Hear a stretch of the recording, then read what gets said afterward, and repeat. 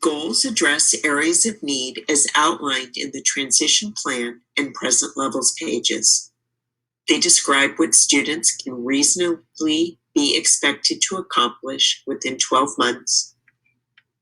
Goals include the measurable and observable behavior that the student will demonstrate.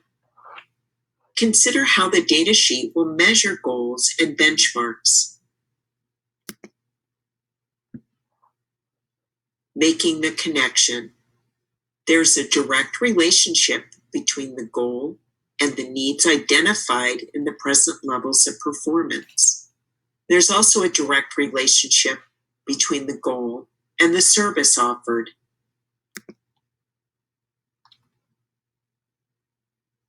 IEP goals are not a restatement of the general education curriculum or a list of everything the student is expected to learn within the content area throughout the year.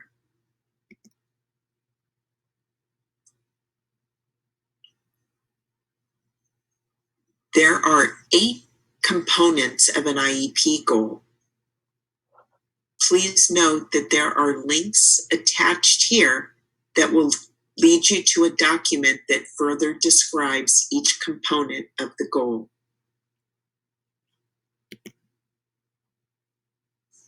Okay, now let's take a look at an example and a non-example.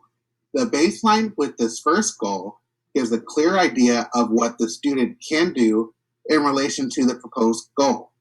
The example of the related goal includes each component of the goal listed on the previous slide. Below is a non-example of a baseline and goal.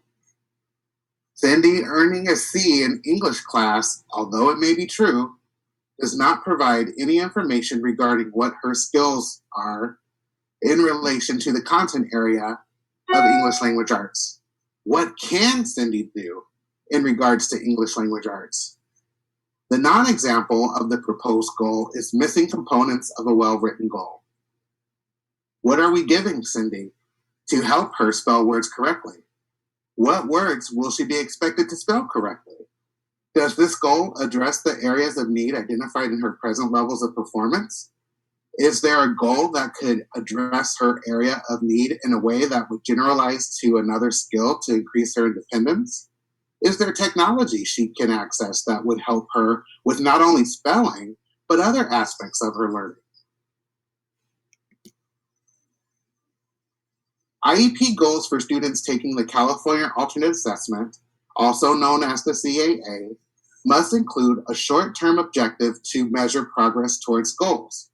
Benchmarks, or short-term objectives, define the instructional sequence needed for students to achieve the annual goal. Benchmarks are measurable, intermediate steps between present levels and annual goals. Benchmarks allow for regular checks of progress and should coincide with progress reporting dates. Please note the IDEA IEP Goals Progress Reporting mandates.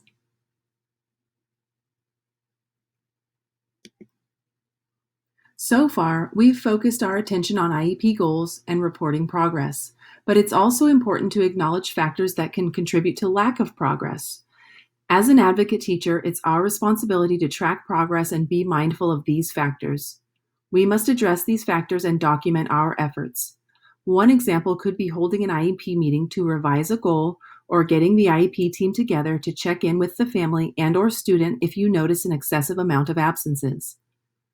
Instead of writing an IEP goal stating that the student will attend school 5 days a week, a more effective way to address attendance will hopefully come from a rich discussion that occurs at the IEP meeting. It may come to light that the student may need help setting the alarm on their clock or phone. That would lead to a measurable IEP goal that increases the student's independence and generalizes that skill across a variety of aspects of the student's life.